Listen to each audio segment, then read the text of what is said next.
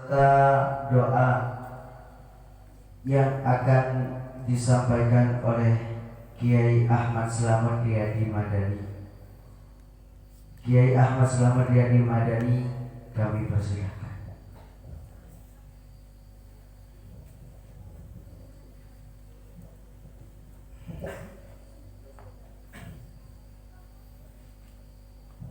Assalamualaikum warahmatullahi wabarakatuh. Alhamdulillah, alhamdulillahi rabbil alamin, alladzi waffaqa man sa'a min ibadi suluki tariqil mustaqim. Ahmaduhu subhanahu wa askuruhu wa la sabari wa lima sabari tu'ai waskuruhu ala sabahi. Alhamdulillahilladzi hadana li hada wa ma kunna linahtadiya laula an hadanallah. Wassalatu wassalam ala sayyidina al-mukhtar wa ala alihi washabil akhyar wa ba'du. Ilahi anta maksudi wa ridhaka madlubi a'tidi mahabbataka wa ma'rifataka. Yang saya muliakan, saya cintai para alim ulama di mana saja berada, bil khusus guru-guru kita, guru mursyid kita, Syekh Ahmad Shahibul Wafatul Arifin radhiyallahu anhu, Syekh Al-Mukarram Kiai Muhammad Ali Hanafi Akbar radhiyallahu anhu, juga pada para kiai, para ustaz. Di sini juga ketua perwakilan wilayah Kabupaten Situbondo, juga perangkat desa. Ini Pak, namanya ini teman saya, tidak sih Pak Guru Sunto ya. Perangkat desa, Bapak RT, dan semuanya ikhwan wal akhwat yang dirahmati Allah Subhanahu wa ta'ala. Salawat dan salam semoga senantiasa tercurahkan kepada junjungan kita Nabi besar Muhammad sallallahu alaihi wasallam yang kita peringati pada malam hari ini. Mudah-mudahan dengan peringatan Maulid Nabi ini kita senantiasa mendapatkan syafaat dari beliau, karena ketika kita membaca sholawat, beliau juga hadir di tengah-tengah kita.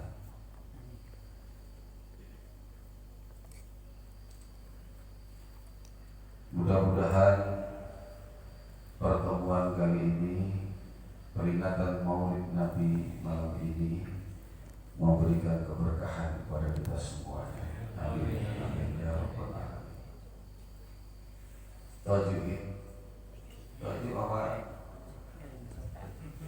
Semua orang lagi.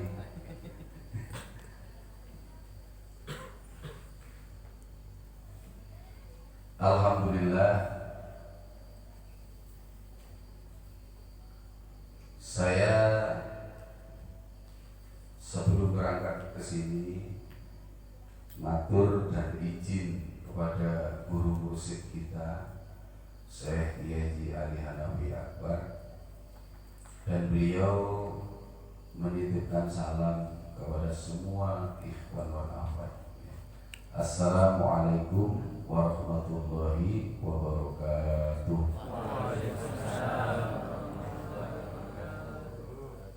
Karena beliau pas hari tadi itu berulang tahun, milad ulang tahunnya yang ke-73.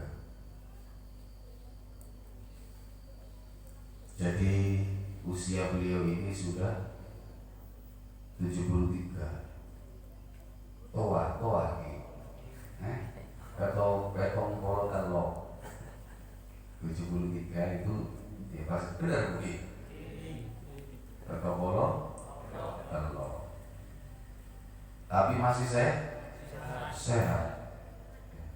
Dan kita doakan mudah-mudahan beliau diberikan kesehatan yang sempurna oleh Allah Subhanahu wa taala. Disempurnakan ilmunya oleh Allah, disempurnakan barokah karomahnya oleh Allah, sehingga karomah beliau, barokah beliau selalu bersama ikhwan wal akhwat, khususnya yang berada di wilayah Besuki. Al-Fatihah. Bismillahirrahmanirrahim. Ya na'budu wa iyyaka nasta'in. Shiratal ladzina an'amta 'alaihim ghairil maghdubi 'alaihim waladdallin. Thariqah Qadiriyah Naksabandiyah ini didirikan oleh Syekh Ahmad Khotib Sambas dari Kalimantan. Syekh Ahmad Khotib Sambas ini beliau bermukim di Mekah. Setelah beliau ahli dalam memperbaiki ruhani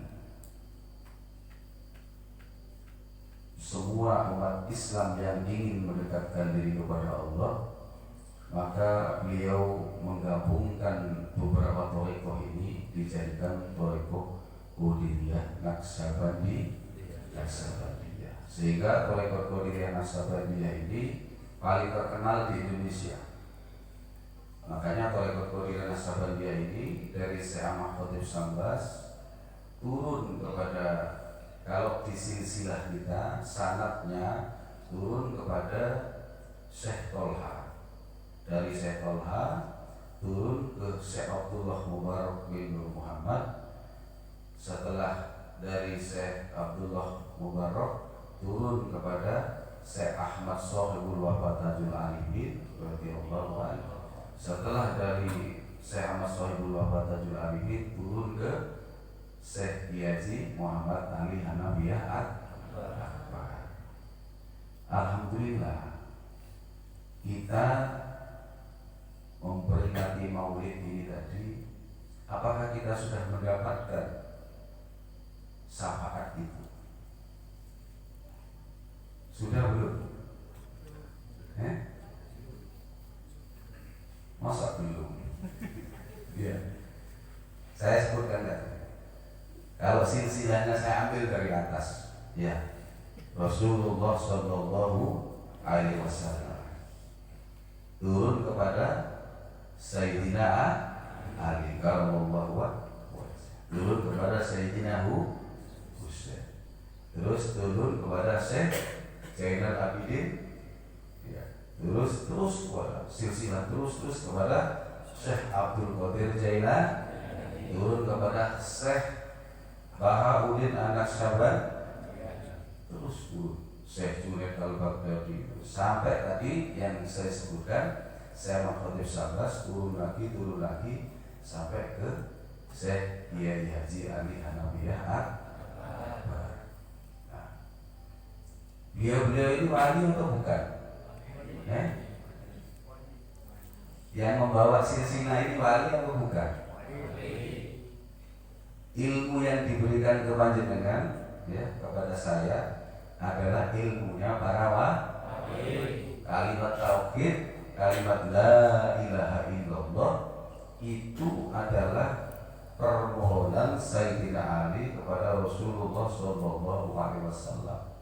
Wahai Rasul, begitu banyak perintah Allah di dalam Al-Quran dan sunnahmu yang belum tentu aku dan umatku bisa melaksanakan. Maka berilah aku ilmu yang paling mudah untuk diamalkan, yang paling cepat menuju kepada Allah, dan yang paling tinggi di sisi Allah. Maka setelah itu Rasulullah menunggu wahyu dari malaikat Jibril. Turunlah wahyu. Malaikat Jibril mengatakan, saya membawa kalimat la ilaha illallah ini sangat berat sekali. Kalau ini sangat berat sekali kata malaikat. Maka saking beratnya, dalam salah satu hadis, andaikan kalimat la ilaha illallah ini yang ditalkinkan, yang ditanamkan ke dada kita, ditimbang dengan 7 petala langit dan bumi dijadikan satu. Ini timbangan kalimat la ilaha illallah. Ini 7 langit dan bumi ditimbang dengan timbangan yang sama. Kata malaikat, niscaya lebih berat kalimat la ilaha illallah. Saking beratnya. Setelah itu kalimat ini oleh malaikat ditanamkan ke dada Rasulullah. Setelah itu dari Rasulullah diujamkan ke dada Sayyidina Ali. Setelah itu kepada para sahabat. Setelah itu tabi'in, setelah para wali, setelah itu sampai mulai zaman Rasulullah sekarang ini berarti berapa tahun? 1400 tahun. Sampailah kalimat itu di dada kita. Berarti kita sebenarnya sudah mendapat syafaat dari Rasulullah. Karena apa? Miftahul jannah la ilaha illallah. Kunci surga itu la ilaha illallah. Kalau sampean sudah pegang kunci surga, ya, kuncinya sudah sampean pegang. Surganya ada 7. Sampean mau buka yang mana? Ya? Yang mau bidadarinya yang cantik-cantik di mode-mode apa? Saya tanya bine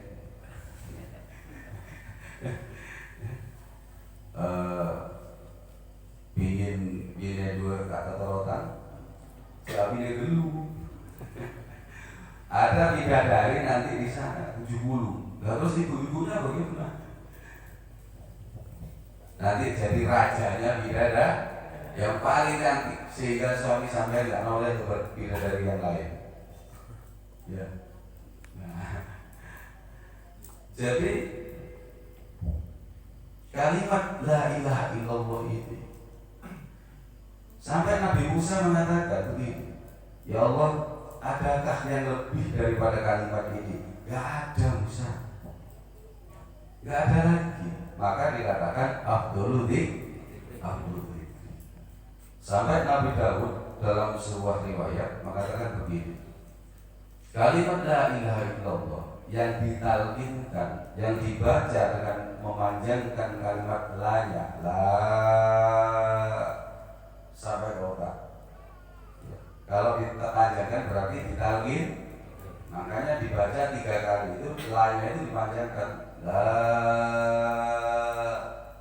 ilaha illallah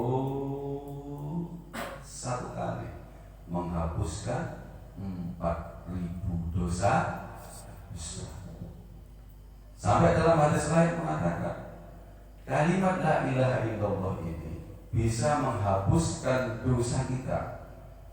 Kalau sudah habis, menghapuskan dosa anak-anak dan keluarga kita. Kalau sudah habis, menghapuskan dosa tetangga-tetangga kita.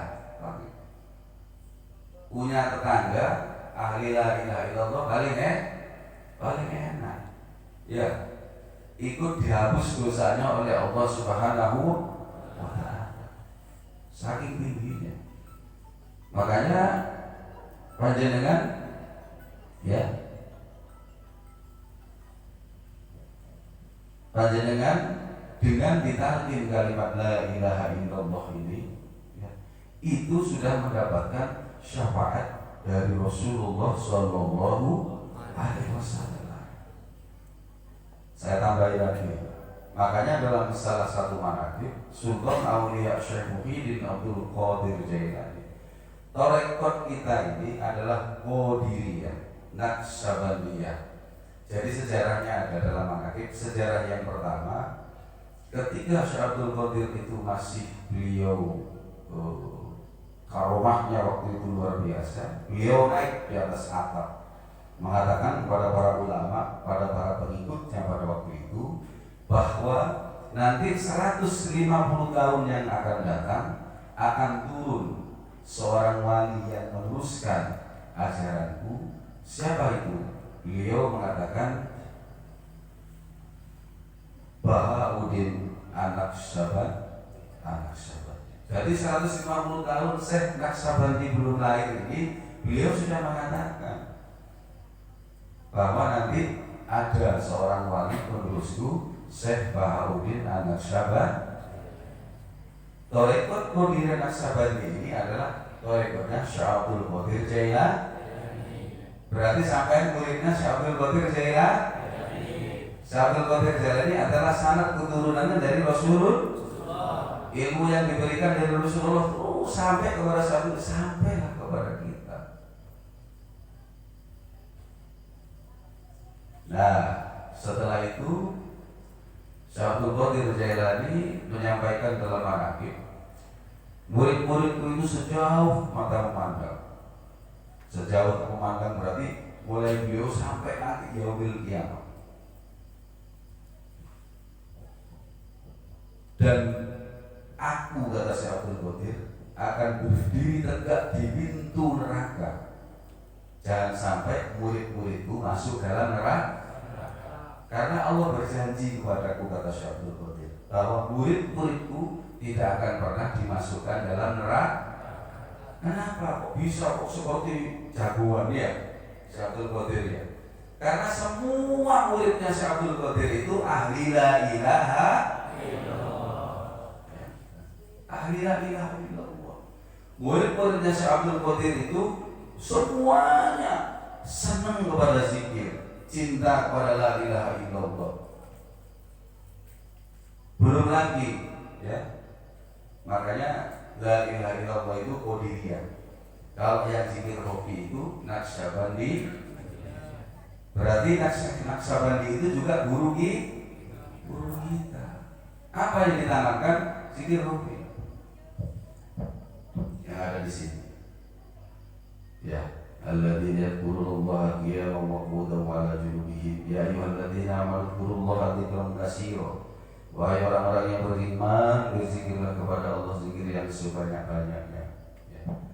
Zikir yang sebanyak-banyaknya itu kalau di mulut itu tidak bisa banyak. Harus di dalam hati. Sudah ditanam semua di dalam hati. Ya. Bisa aja dan pikiran. Kayak gode dalam hati. Bisa gitu. Alhamdulillah. Kalau sudah ini bisa berjalan, makanya Syekh Abdul Qadir menjamin itu. Maka di dalam Al-Quran Allah mengabadikannya. Wadzakirinallaha katsiran wadzakirat a'adallahu lahum maghfiratan wa ajran 'azima. Laki-laki dan perempuan yang banyak berzikir kepada Allah disiapkan ampunan dan pahala yang besar. Cukup bapak ibu sudah ditalkin zikirnya banyak, berarti ampunannya sudah disiap, pahalanya sudah disiap. Tidak minta ampunan diampun, tidak minta pahala diberi pahala. Enak enggak? Aman. Iya. Itu. Jadi bukan kalau dibaca sepertinya kan mosok Syekh Abdul Qadir kok mengarang seperti mengarang Rasul, bukan. Semuanya itu muridnya Syekh Abdul Qadir itu adalah ahli la ilaha illallah. Barang siapa mengucapkan kalimat la ilaha illallah dengan ikhlas pasti masuk surga. Ya. Bahkan api neraka itu diharamkan oleh Allah kepada orang yang ahli la ilaha illallah. Sampai sebegitu besarnya itu kalimat ini. Hanya dengan berarti Bapak Ibu ikhwan akhwat yang sudah talqin sudah mendapatkan syafaat Rasulullah sallallahu, mendapatkan barokah Syekh Abdul Qadir Jailani. Ini bukan ilmu yang mudah kalau zaman dulu. Sulit ini talqin itu. Sekarang ini dijual murah meriah karena saking sulitnya orang itu, ya sulit sekarang itu, nggak seperti orang dulu. Kalau misalnya sekarang diberi susah-susah mengamalkan, sarah amal lagi kebanyakan soro asah, soro anggur, bro, abot katanya. Ya, kalau orang Jawa abot, kalau orang Madura bener ya. Kita alaku, tersabut, aneh. Soro amal lagi sebanyak, waduh, soro asah, soro itu waduh. Tak bisa ngelakoni rapi gitu. Enggak bener bahasa Madura. Orang lagi. Ya. Saya tulis satu riwayat saja, pernah saya sampaikan. Zaman dulu itu sampai lupa namanya. Ada yang namanya di zaman Syekh Junaid Al-Baghdadi. Syekh Junaid Al-Baghdadi itu juga guru kita. Sampai tawasuli setiap hari itu, kalau hataman itu. Ya. Itu siapa namanya itu? Yang berguru Syekh Abu Bakar Asyibli. Syekh Abu Bakar Asyibli ini adalah anak seorang kaya tapi cerdas. Akhirnya beliau itu disekolahkan di Irak. Setelah lulus, beliau ini karena kecerdasannya itu maka masuk dalam pemerintahan dan beliau dijadikan menteri pada waktu itu. Setelah itu beliau melihat pada suatu saat beliau itu melihat ada orang teman kerjanya itu ya, yang dipecat oleh raja. Gara-garanya apa itu? Ingat nggak? Berarti kalau kono sampai nggak cerita. Gara-garanya cuma sepele gitu. Ya. Jadi ya batuk itu jubahnya itu dibuat lap gitu.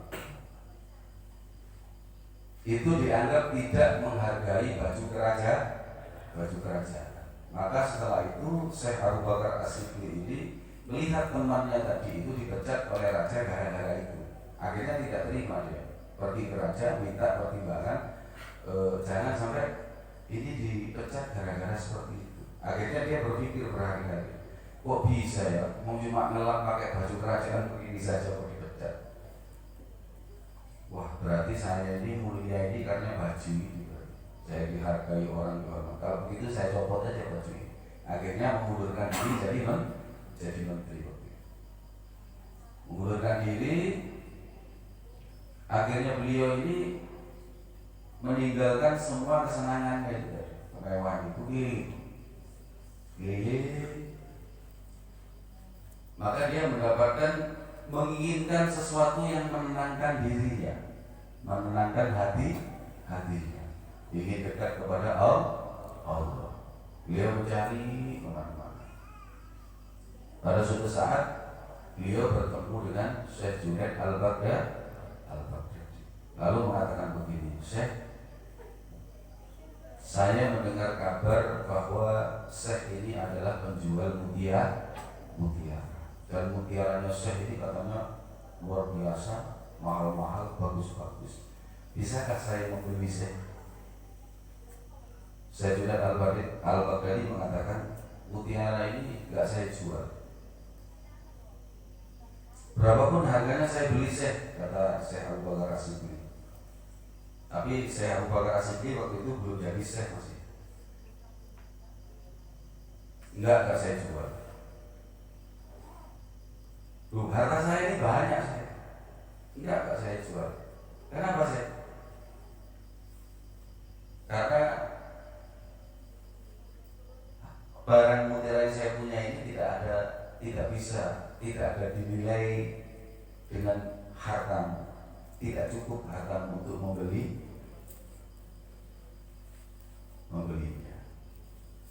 Akhirnya kalau begitu, apakah saya bisa mengambil dengan cuma-cuma, katanya. Oh, percuma. Kalau saya berikan cuma-cuma pun kamu nggak bakal menghargai juga, nggak tahu kualitasnya. Lalu terus bagaimana saya? Ya sudah, tinggal sama saya sudah. Tapi ternyata saya Asyibli ini, Abu Bakar Asyibli ini menunggu di madrasahnya, nunggu Syekh Junaid ini keluar sampai berhari-hari. Akhirnya nunggu Syekh Junaid keluar, loh, orang ini masih di sini. Terus ditanya lagi, kenapa kamu masih di sini? Ya saya menginginkan barang mutiaranya saya itu, makanya saya tunggu. Enggak, saya jual. Saya kepingin, kalau begitu begini saja. Kalau kamu memang benar-benar menginginkan barang saya, sekarang mau gak kamu saya suruh? Kata saya juga, mau sih. Kalau begitu, kamu dalam jangka waktu 1 tahun, kamu memikul belerang. Terus bayarannya kamu kasihkan saya. Suruh mikul belerang, ya, gajinya suruh dikasihkan saya juga. Alaqor awal bujur. Setelah 1 tahun selesai, sudah saya lakukan perintah saya. Apakah sudah bisa saya beli mutiara? Belum cukup. Terus bagaimana saya? Saya menginginkan kamu kembali ke daerahmu dan kamu mengemis. Suruh mengemis, Pak. Habis jadi gubernur, jadi menteri di daerahnya, suruh mengemis. Mengemisnya di situ. Misalnya Badran ini dulu jadi lurah, tuh pulang sini suruh jadi pengemis. Berat nih. Padahal uangnya banyak, tapi suruh jadi pengemis. Akhirnya siap saya nanti hasil mengemis ini kamu kasihkan saya, kata saya juga. Iya sih. Setahun kemudian oleh saya juga ini saya Abu Bakar Asyibli datang. Sudah perintah sudah saya laksanakan, hasilnya sudah saya serahkan ke saya. Ya sudah saya bagi-bagikan kepada orang fakir miskin.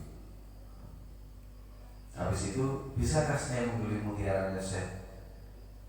Bisa. Sekarang kamu beli. Ternyata apa mutiara itu? Mutiara itu ternyata talqin. La ilaha illallah. Ya, zaman dulu itu suruh ngemis, suruh mikul belerang, tidak dapat bayaran. Iya, coba sampai sekarang sama Pak Guru Sun di sini, sama setahun di sini, uli nggak saya bayar, bikin musola ini, datang tak?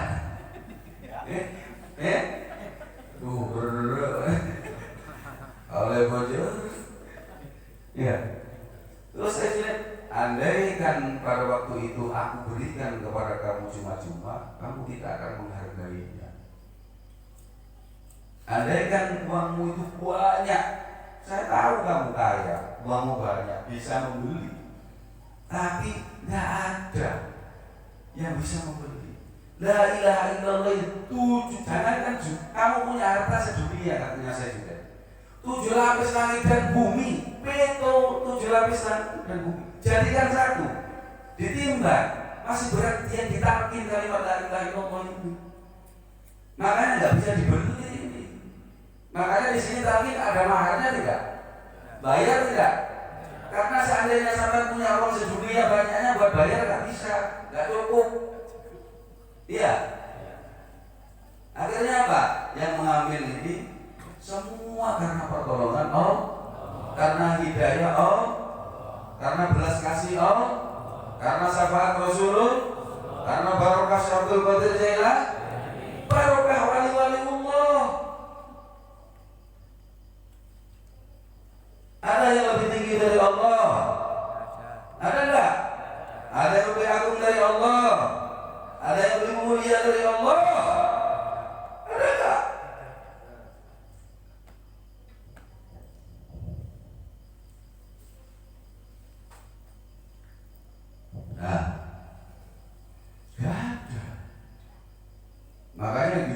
berikan kepada ikhwan al-afat, ya. Itu ibaratkan, ya, berlian yang masih di dalam tanah. Tapi berlian, Pak, masih belum dikupas, masih belum dibersihkan. Makanya kenapa kok zikir itu 165 kan? Kalau kurang ditambah supaya digosok terus, supaya tahu nilainya itu. Ya Allah, ternyata Masya Allah, terima kasih Allah. Kalau sudah tahu begitu, kalau belum tahu, aduh, ya Allah, la ilaha illallah, ya, aduh, beda, ya. Yang ditanamkan oleh waliullah itu beda. Sama kalimat beliau. Apakah Sayyidina Ali pada waktu itu tidak tahu mengamalkan la? Tahu, mengamalkan la ilaha illallah. Maka talqin itu pada waktu itu Rasulullah menyuruh tutup pintu-pintu, jangan ada orang asing. Karena ini pelajaran khusus. Ya, kalau di tanah Jawa, sampai tahu sejarahnya Sunan Kalijogo. Ketika mau mengambil talqin ini bagaimana? Dibawa perahu ke laut. Ya, jangan sampai ada yang mengetahui. Karena ada salah satu ilmu hakikat yang dimasukkan ke dalam jiwa, yaitu zikir roh. Jangan sampai diketahui. Makanya sekarang yang sebenarnya zikir roh itu tidak boleh itu ditunjukkan, tidak boleh diucapkan dengan lisan, tidak boleh disampaikan. Oh, zikir rohnya begini Pak, ya, atau sampai nonton anaknya, oh zikir rohnya begini, nggak boleh. Kenapa? Karena itu rahasia. Kalau sudah diucapkan bukan rahasia lagi. Makanya Allah, karena rahasia Allah itu, ya, di dalam Al-Quran Allah itu mengabadikan wadkur rabbaka fi nafsika tadharruka. Maka berzikirlah kamu di dalam hatimu dengan meredakan diri, dengan tidak mengeraskan suara, yaitu zikir Rabbi. Ini yang mahal, makanya nggak boleh ditunjuk-tunjukkan, itu nggak boleh. Ya. Sampai-sampai zikir ini yang mengetahui hanya Allah dengan itu yang sebenarnya disebut hablum minal. Makanya pada akhirnya, ya, itu cerita wali itu, Pak, ya, cerita wali itu menyampaikan cerita para wali itu supaya kita ini setelah peninggalan beliau itu tidak mengambil ilmu salah satunya. Misalnya begini. Kenapa waktu itu ketika Sunan Bonang itu diajak naik perahu itu, ya, ditalqin oleh Sunan Kalijogo, ditalqin oleh Sunan Bonang, jangan sampai ada yang mengetahui. Ternyata diceritakan oleh para wali pada itu, didengar oleh siapa? Syekh Siti Jenar. Akhirnya Syekh Siti Jenar membawa hakikat. Sebenarnya benar hakikat beliau itu, tapi karena tidak bersyariat menjadi salah. Kan ayatnya, kalau waqimis sholata lidzikri, dirikanlah sholat untuk mengingat makanya ada bahasa sing penting sing penting ya, akhirnya pakai zikir sing penting Tapi yang khawatir itu ngomongnya yang penting sing penting tapi hatinya tidak ingat kepada tak tahu ingat apa. Makanya dirahasiakan supaya apa? Supaya nanti sepeninggalan para wali ini, orang-orang yang beriman ini, karena pesannya Allah itu ya ayyuhalladzina amanu bisilmi kafah. Jadi masuklah Islam secara kafah itu, ya syariatnya, ya torekotnya, ya makrifatnya, ya hakikatnya jadi satu. Loh Pak, terus bagaimana? Apakah itu belajarnya sendiri-sendiri? Belajar syariat sendiri, tarekat sendiri, makrifat sendiri, hakikat sendiri? Bukan begitu. Kita masuk torekot Qadiriyah Naksabandiyah ini sudah ya syariatnya. Iya. Loh syariatnya itu apa? Sholat.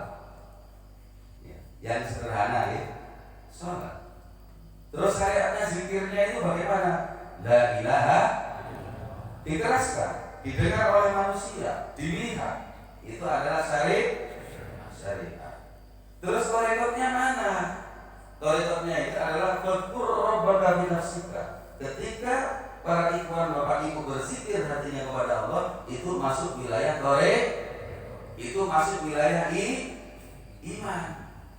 Ketika la ilaha illallah itu masuk wilayah Islam. Syariat, torekotnya sih. Makrifatnya bagaimana? Makrifat itu mengenal Allah. Sampai kenal Allah enggak? Kan artinya kan lebih mengenal Allah. Iya. Sering datang ke pengajian guru kita di Surabaya. Beliau sering menyampaikan begini ya. Orang-orang yang sudah ditalqin itu ya, guru ya, dibawa oleh guru mursyid ya, ditaruh di sisi Allah. Terus menurut pemahaman sampean gimana itu? Apa terus ngeber kelangkai? Ya, kan bahasanya beliau begitu ya. Ruhnya itu ditangkap, ya, ditalqin itu, dibawa oleh guru mursyid, usul kepada Allah, ditaruh posisinya di sisi Allah.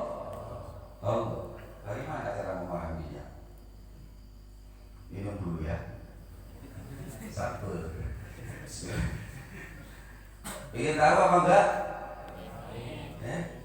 Bismillahirrahmanirrahim.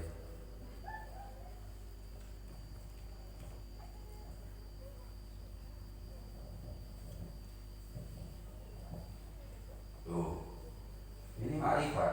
Sampai beliau mengatakan begini. Rasulullah di mana? Di sisi Allah. Para wali di mana? Di sisi Allah. Tabi'in, orang-orang soleh, guru-guru kita di sisi Allah. Kita yang ditalqin ini dibawa posisinya di sisi Allah. Berarti sudah di situ. Ya. Orang yang berzikir itu posisinya sudah di sisi Allah. Terasa enggak sama yang seperti itu? Enggak.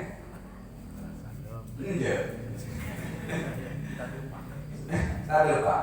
Mau tadi Pak orang guru beli katanya sekarang saya punya ikut guru aja apa sarungnya di apa? Tegu.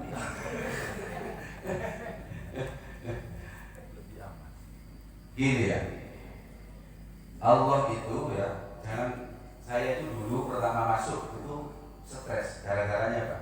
Saya itu ingin dekat kepada Allah, ingin mengenal Allah, lebih ekstrim lagi. Saya ingin tahu Allah. Ekstrim nggak? Makanya gila. Saya masuk ke surga ini karena stres. Kenapa? Karena guru-gurunya waktu itu tidak ahli. Makanya hati-hati nanti diberi biritan kalau stres. Ya. Belum kenal ahlinya. Nah, ini saya kasih tahu nggak? Ini gampang itu. Tapi sampai harus mendengarkan betul-betul ya supaya nggak salah paham. Karena sudah sering mendengar beliau, saya cuma mencari pemahaman menurut saya yang paling mudah. Ma'rifat itu seperti apa? Kali ini mengenal Allah. Ya. Saya tafakur lah kalau bahasanya. Bagaimana cara memahami beliau ini mengatakan bahwa orang yang ditalqin ruhnya itu dibawa oleh guru mursyid, ya, ditaruh di sisi Allah.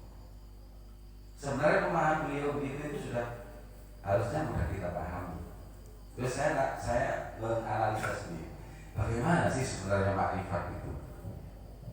Ya, karena kita kan sering sudah berdoa, doa kita sehari-hari. Ilahi anta maksudi, waridho kamatlubi, abidi mahabbataka wa ma. Saya menyederhanakan ya, supaya mudah dipaham.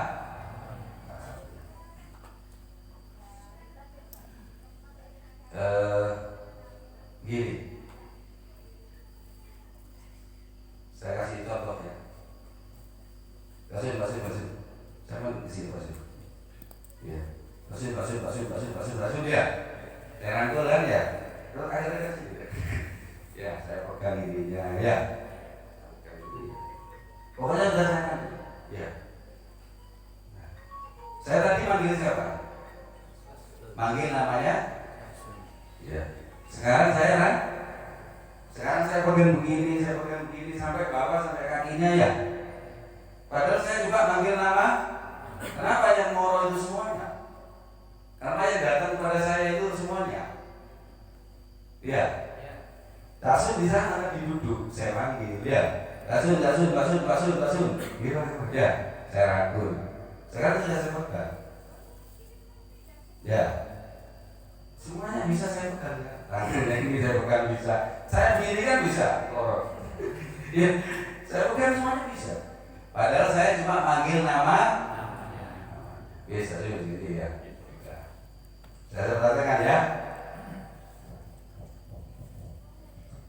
Sampai tadi ya, kita semua yang ada di sini zikir nggak?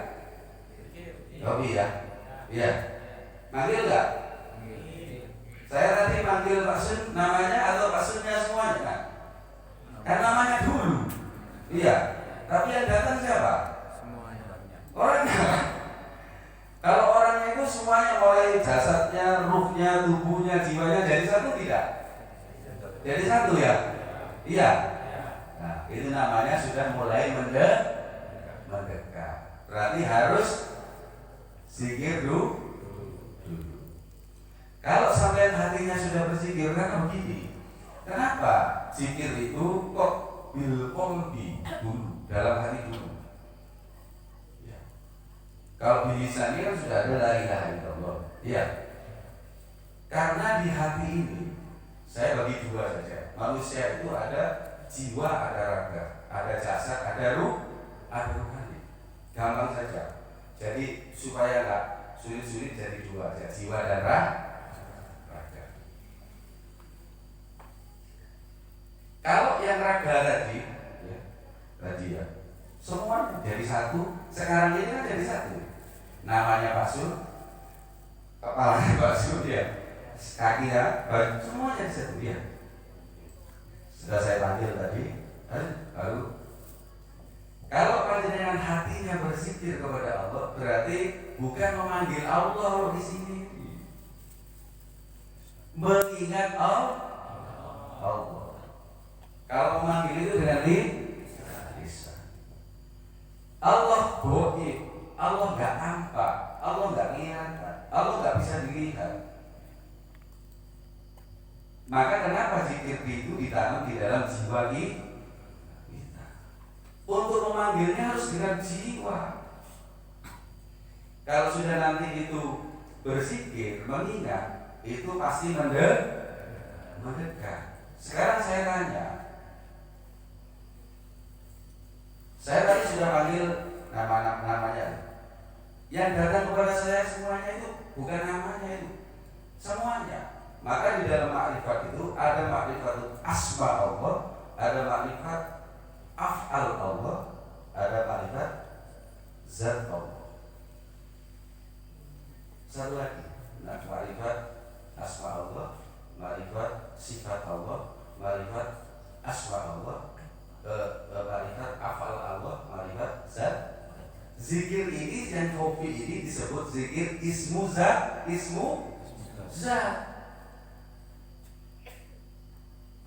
Ya makanya serendah-rendahnya ikhwan kalau ditanya Allah di mana? Allah di mana? Sampai bisa jawab ya, bisa merasakan nggak? Kalau sama masih bingung, wah kosong gitu. Ya. Kalau ditanya kan pasti begini, Allah di mana? Itu langsung tutur begini. Fa idza sa'alaka ibadi anni fa inni Masya Allah. Wahai Muhammad, ketika ketika ada orang yang bertanya tentang aku, katakan aku dekat di. Kalau sampai berzikir, fadkuruni adkur. Kalau kamu mengingat aku, kata Allah, aku akan mengingat. Langsung kenal apa tidak? Ayo. Kasihan kamu, biar gak mumet-mumet. Loh buktinya sama kalau saya tanya Allah di mana? Kalau sama dia itu masih kok. Katanya dia harus itu di mana? Ya. Kalau ditanya, ternyata Rasulullah cuma Allah mengatakan kalau dekat di sini. Kalau sama sudah zikir, tunduk, kopinya jalan, berarti di sini. Kalau sudah di sini sama mengatakan dekat apa jauh? Kalau dekat itu mengenal atau tidak?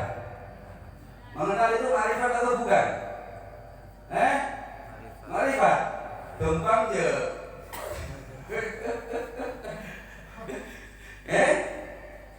Loh, ada orang memang mencari ma'rifat itu pelanggan, Pak. Belajar dari kitab ini, tak tahu labu beri di rumah. Mungkin kitab ini, labu itu tak tahu. Ya, tiba-tiba membahas masalah ikhlas, tiba-tiba hakikat, tiba-tiba mau dimulai dari mana? Akhirnya bosan. Ini sederhana loh. Mengenal, saya kasih yang lagi ya. Berarti kita sudah mengenal Allah. Kan kalimat Ilahi anta maksudi wa ridhoka wa ini mahabbatan wa ma'ri. Ya Allah, hanya Engkaulah yang aku maksud, ridhomu yang aku cari. Berilah kemampuan aku untuk mencintaimu dan lebih mengenal. Ya. Nah, sekarang begini. Sampai kenal Jokowi enggak? Kenal ya? Jokowi kenal sampai enggak? Iya. Supaya sampai tahu posisi mengenalnya itu. Jangan disamakan dengan mengenalnya para wali, para nabi. Ya. Tapi lumayan walaupun marifatnya kelas teri. Ya. Sudah Pak? Gitu. Ya. Yang Pak Jokowi itu presiden. Ya. Ada yang tahu Jokowi, tapi Jokowi nggak tahu kita. Iya nggak? Ya. Itu namanya kenal tapi dia nggak tahu. Kenapa? Kalau di aturannya itu fadkuru diatur. Kalau orang zikir sudah mengenal Allah, sudah mengingat Allah, berarti diingat oleh Allah. Nah, itu kalau itu biasanya para menteri, Pak. Iya. Presiden pasti kenal sama menteri. Ya mungkin Pak Lurah pasti kenal sama Pak Mudirnya. Iya. Iya. Tapi apakah menteri ini dekat tidak sama presiden? Dekat ya. Tapi bisa jadi orang dekat, Pak. Masih ada lagi. Kelas-kelasnya karena sementara ini. Ya kenal. Dipakai ya menteri ini kadang-kadang pasti ada rupanya juga ya. Ada yang lebih dekat lagi, Pak. Ini katakanlah kelas-kelasnya saya misalnya dengan Abah Ali ya, saya adalah tugas kenal beliau ya. Terus ada yang lebih dekat lagi dengan Jokowi. Siapa? Pembantunya yang melayani makannya setiap hari itu loh. Bikin tehnya, bikin kopinya ya. Tahu kebiasaan dia cerita. Terus Jokowi itu kesenangannya apa? Oh saya tahu, saya melayani setiap hari. Ya. Sama orang-orang yang terdekat, ya nggak tahu itu mungkin anaknya, mungkin tak. Pasti lebih kenal ini daripada yang menterinya tadi. Ya. Terus lebih dalam lagi. Ada yang lebih kenal lagi. Siapa Jokowi yang sebenarnya itu? Siapa yang kenal lagi? Tahu? Istri? Sak perut-perutnya, sak mudhonya tahu. Itu yang dikatakan waliul. Rahasiaku adalah rahasiamu adalah rahasiaku, rahasiaku adalah rahasiamu. Makanya walaupun kita ini makrifat, tapi makrifatnya masih kelas tapi sudah gak bingung namanya. Iya. Kenal lo? Oh kita aja kenal, masa saya gak kenal. Coba ceritanya. Tuhan ada di sini. Iya. Di dalam jiwa ini. Betul gak? Masa kalah dengan itu?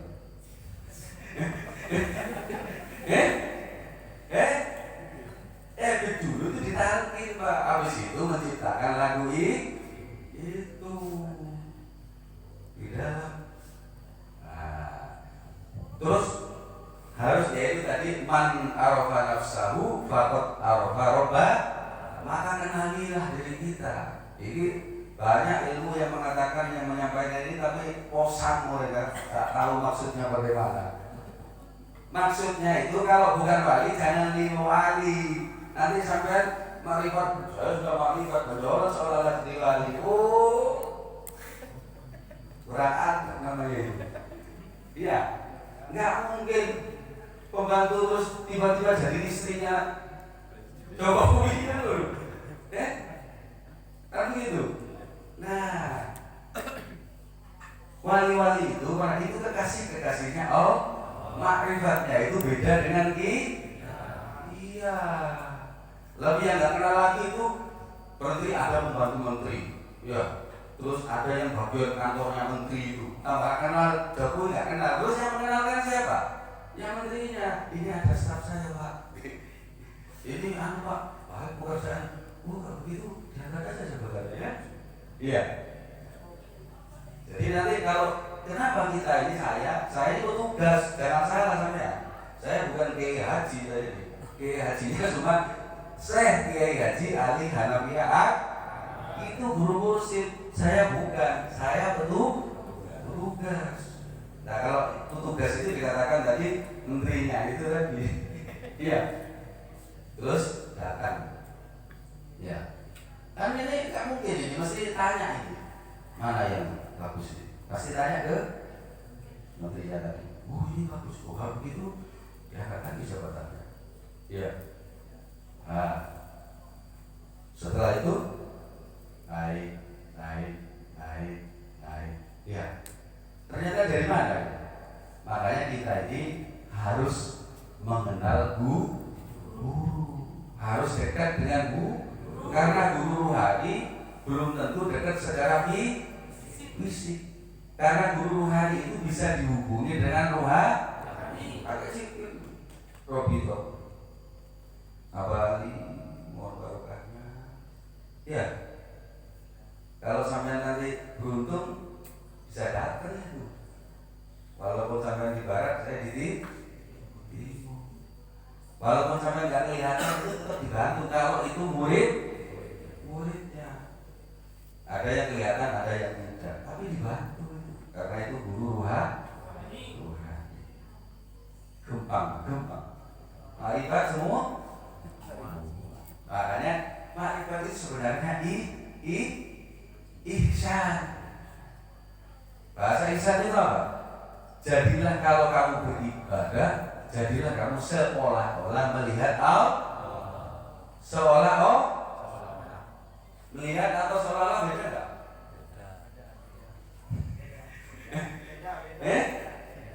Sampai lewat di situ tuh. Kayaknya Pak Busu. Ternyata Pak Budi. Jadi ini bahasa hakikat Pak. Itu seolah-olah itu ini ya harus sampai paham itu. Ini saya dulu belajar begitu itu makanya saya itu sampel. Kalau saya ingin melihat Tuhan. Ya, santrinya Nabi Musa 70 ini melihat Allah itu mati semua.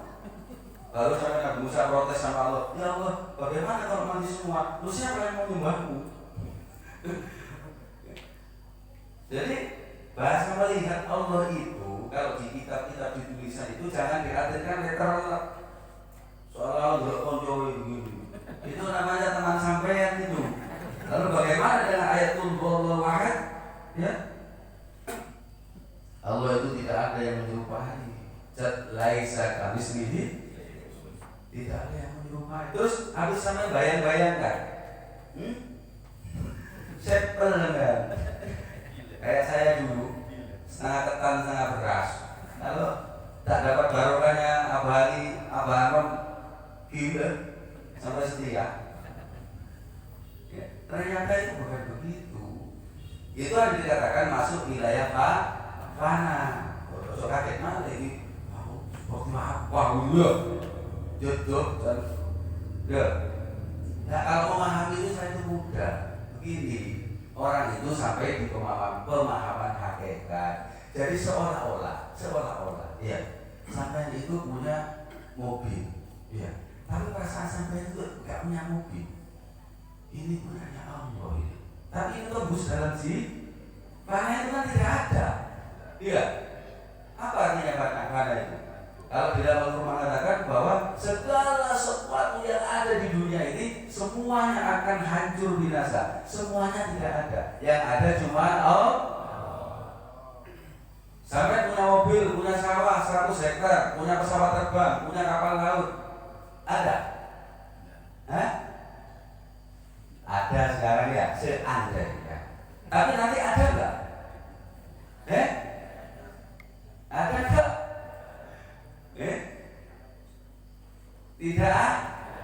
Kalau nggak sampai meninggalkannya, sampai akan ditinggalkan. Berarti tidak. Kalau tidak ada namanya apa? Ketika pemahaman seseorang itu sampai di dalam hati sanubarinya mengatakan bahwa ya Allah ternyata semuanya itu tidak ada. Yang ada hanya Engkau ya Allah. Ya? Masuk nggak? Paham nggak? Ya, kalau nggak paham ya nanti harus dipahamkan. Ini masuk di dalam ilmu hati rasa. Kalau beliau mengatakan begini, Allah itu tidak juga pemikiran melihat Allah dengan begini. Itu namanya menjadi teman dan itu menjadi syirik. Karena membayangkan Allah akhirnya seperti apa itu? Benda. Ayo, yang sampai bayangkan semuanya benda. Iya. Iya. Orang takdir apa? Mobil yang bagus, punya truk 100. Terus apakah Tuhan seperti patung yang begini, Pak? Aman-aman itu.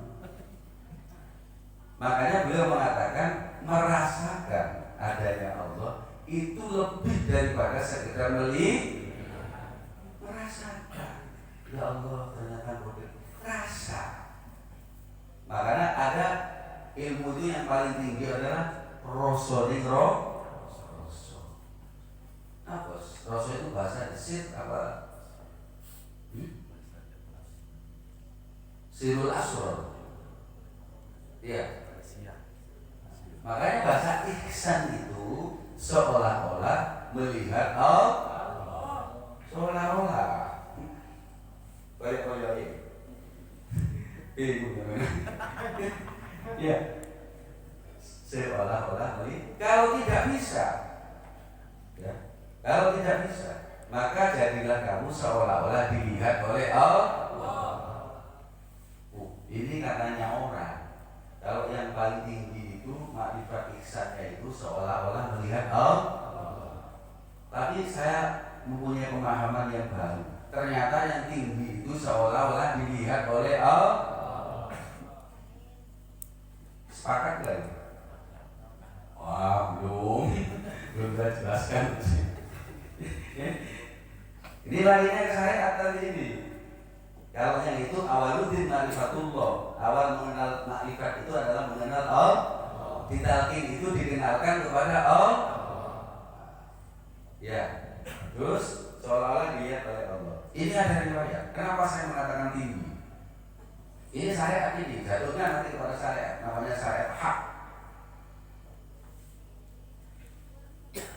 Ada seorang kiai yang mau meninggal dunia ya, yang mau wafat. Maka dikumpulkanlah semua, ini sudah banyak yang dengar. Dikumpulkanlah semua santrinya, diberikan sayembara untuk memotong ayam dengan syarat tidak boleh diketahui oleh siapa Iya. Oh, nanti yang sukses, yang berhasil akan menggantikan guru. Akhirnya ini disembelih. Wis, akhirnya wah, pokoknya syaratnya nggak boleh ada yang tahu. Wah, di dalam hutan, di bawah apa itu pohon, di dalam gua. Selesai, bawa semua gurunya. Guru, sudah selesai tugasnya. Saya tadi sembelih di dalam gua, tidak ada seorang pun yang tahu. Ya, wah, semuanya laporan nggak ada yang tahu. Yang satu ini tukang mijetnya, ya, cuma disuruh-suruh sama kiainya itu bukan ngaji. Ayamnya itu nggak dibelek, nggak dibunuh. Terus ditanya, kamu itu goblok, kenapa nggak dibelek? Perintahnya dibelek. Bagaimana saya menyembelih guru? Syaratnya yang berat. Syaratnya kan tidak boleh diketahui oleh siapapun. Nah ini Allah melihat saya ini. Ini melihat saya. Bagaimana saya menyembelih ini melihat saya. Allah melihat saya. Bahas kalau gitu kamu yang jadi gantinya. Ya, yang pintar-pintar ini gak jadi semua. Kenapa? Ihsannya tadi sempur, seolah-olah dia dilihat oleh Allah. Itu wujud dalam syari. Makanya Rasulullah itu bukan hanya sekedar apa yang disampaikan, tapi beliau itu akhlakul karimahnya yang dilempari, ya, yang lempari itu sakit, diparani, ya, disambali, dikasih roh, sampai kebir, ya. Itu kenapa? Karena Rasulullah seolah-olah selalu dilihat segala perbuatannya itu oleh Allah. Ayo sekarang tinggi mana? Kalau seandainya ini seperti ini semua, Pak, Indonesia jaya, Pak. Ada saya menyembunyikan sesuatu itu. Makanya kita ini mau oleh guru mursyid itu diajak, ya, dituntun supaya kita sampai ke sana.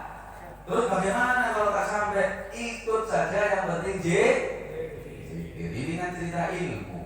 Kalau makom itu tadi sesuai perjalanan, dan Allah mengatakan aku tidak minta lebih dari kemampuan.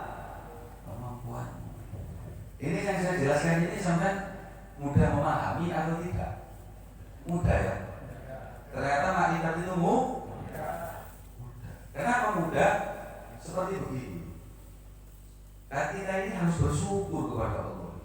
Makanya saya ceritakan kepada saya Abu Bakar As-Siddiq berikut itu ditalkin itu sengsaranya mencarinya sampai begitu.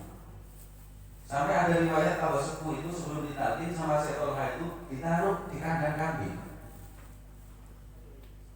Kandang kambing, najis, wudhu lagi, najis setelah 40 hari baru kita. Sampai enak enggak? Wudhu. Syaratnya kadang-kadang sama Pak Guru Sutowo dibawa ke Surabaya sehari toh ya. Kadang-kadang sudah puasa. Sehari, kalau dulu sudah puasa ini menyengsarakan ini. Walaupun 3 hari, tapi hasilnya alhamdulillah. Itu maksudnya itu tadi disuruh puasa itu supaya sampai bersungguh-sungguh. Itu tujuannya itu. Jadi ngambilnya di Surabaya jauh-jauh akhirnya cuma ada ini ya. Ya. Dan saya emang gitu. Bohongin orang dulu aja ngambil talqin aja sampai hartanya, jiwanya, semuanya dipertaruhkan. Sekarang kita cuma apalagi di sini nanti ada saya talqin cuma wudhu saja ya. Hanya abah itu guru mursyid itu hanya meminta ilahi anta maksudi. Maharnya itu adalah kesungguhan bahwa kita semata-mata mengambil zikir itu untuk mendekatkan diri kepada Allah, untuk menuju kepada Allah. Kalau misalnya kenapa kok mudah? Memang Pak, kalau nggak ditalkin itu sampai itu menghabiskan berapa kitab itu. Sungguh itu, dan itu pun belum tentu ketemu itu. Kitab Al-Quran itu seperti peta, seperti Google. Sampai kalau nggak percaya, ya sampai buka Google. Kadang-kadang alamatnya itu sampai disasarkan ke atas gunung itu. Pernah saya itu mau ke Tasik itu sudah bener Google-nya, nggak tahunya masuk langsung kok tambah sempit jalannya naik di atas gunung. Akhirnya bunyi Caranya ke orang, Pak ini mau mana? Ke Cilacap Pak. Itu kadang-kadang Google itu bujukin. Nah, Al-Quran itu adalah ayat suci dari Allah dan itu peta. Ya, kalau membaca peta kalau tidak dituntun dengan guru yang benar bahaya. Makanya guru itu banyak, ada guru syariat, guru fikih, guru ini, supaya itu nanti sampai itu benar. Nah, guru kita ini adalah ahli rohani, ya, guru spiritual yang memperbaiki, membersihkan hati. Dituntun di situ. Makanya mudah. Ya, karena kita dibawa, ibaratnya kalau beliau mengatakan begini, ada ikhwan itu sudah 10 tahun ngasihnya, dia bawa iklan untuk takdir ya. Setelah itu yang dibawa ini ternyata mempunyai kelebihan luar biasa, dia langsung bisa masuk dalam body, bisa ketemu syaitan kodir ya, bisa ketemu jin, bisa. Terus yang bawa ini nggak bisa apa-apa. Terus ada sama gurunya begini, guru, saya ini bagaimana, saya ini sudah kasih 10 tahun, yang ini kok cepat ini. Saya ini kok dari dulu begini-begini saja, padahal amalannya ya sama, lebih lama saya. Katanya gurunya begini, katanya, kamu itu lebih enak. Kenapa? Ya ibaratnya kamu perjalanan itu kamu tidur. Nah sekarang misalnya begini, dikasih contoh, naik bis ke Jakarta. Di dalam bis itu kan macam-macam ya.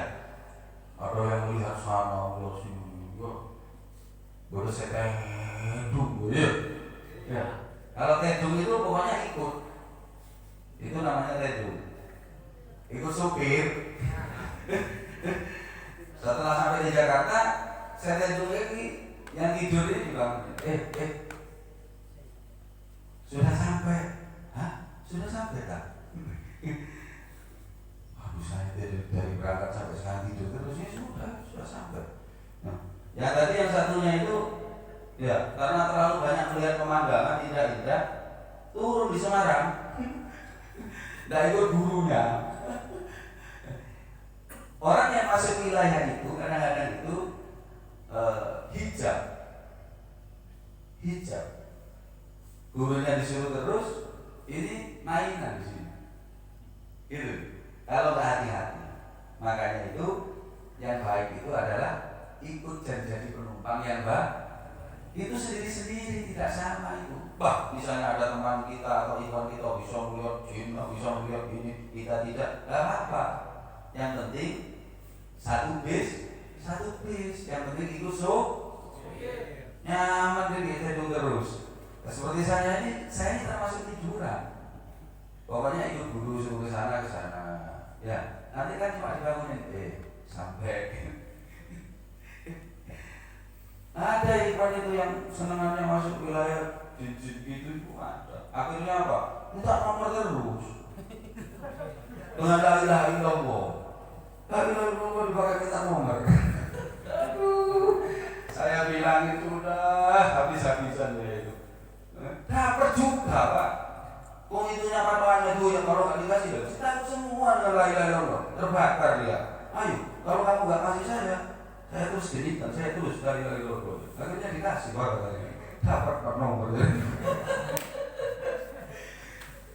Ini bukan nyontohkan tuh saya itu ya. Jadi ini apa? Jangan diikuti, bukan begitu. Ini la ilaha illallah buat sembarangan itu apa marah itu. Aslinya cuma beliau itu arif bijaksana itu kepada ikhwan-ikhwan yang tetap beliau itu membimbing.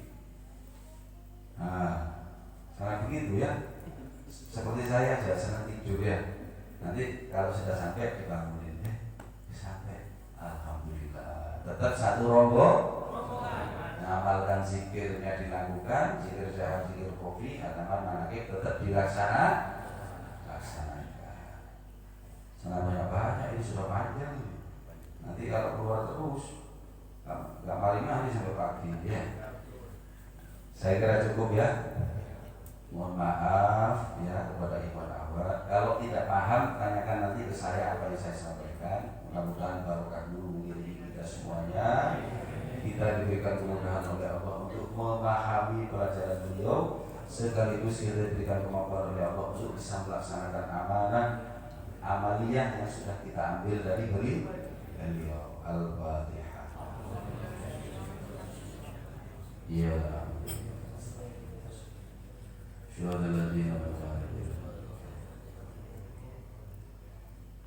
Alhamdulillah, sampai saya menjelaskan ma'rifat itu tadi hanya di sini. Saya Ikhwan Sidoarjo ini belum pernah saya ceramah ini. Berarti sampai dapat rezeki. Betul, santai aja saya bawain. Ya, belum saya pernah jelaskan ini. Yang gampang ini ya, supaya sampai ini karunia Allah. Saya tadi nggak tahu apa yang saya sampaikan. Pokoknya saya ikut saja. Jadi karena barokah dari guru. Terus sekarang tinggal doa. Malam ini kita tutup dengan memohon kepada Allah dengan barokah maulid kepada junjungan kita Nabi besar Muhammad SAW.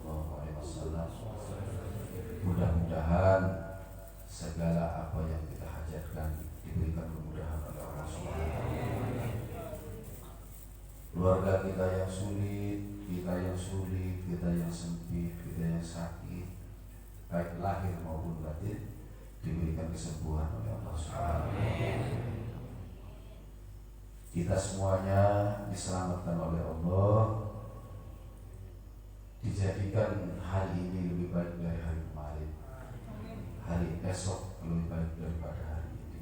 Mudah-mudahan kita semuanya diakui oleh guru kita sebagai murid-murid beliau. Mudah-mudahan semuanya yang hadir pada malam hari ini, semua keluarga kita dalam lindungan dan pertolongan Allah Subhanahu wa taala. A'udzubillahi minasyaitonirrajim. Bismillahirrahmanirrahim. Alhamdulillahirabbil alamin. Allahumma shalli ala sayyidina Muhammadin wa ala ali sayyidina Muhammadin sallallahu alaihi wasallam. Wa taqbilana biha jami'al hajat wa tutahhiruna biha min jami'i syai'at. Wa tarfa'una biha ila darajat tuballighuna biha shawra ya إلى الذين يبايعونك ما يبايعون الله وأنا كتب إنما يبوس إلى نفسي من أوفى بما حدث الله واعتصموا بحبل الله اللهم يا قاضي الحاجات اللهم يا كافي المهمات اللهم يا دافع البليات اللهم يا رحمن من شر اللهم يا ربنا تقبل ربنا زدنا هدى واعتصموا بها ربنا آتنا في الدنيا حسنة سبحان ربك رب العزة عما يصفون سلام على المرسلين الحمد لله رب العالمين بارك الله فينا. الفاتحة. يا نعبد وإياك نستعين صراط الذين أنعمت عليهم mohon maaf atas segala kekurangan. Billahi taufiq wal hidayah. Wassalamualaikum warahmatullahi wabarakatuh.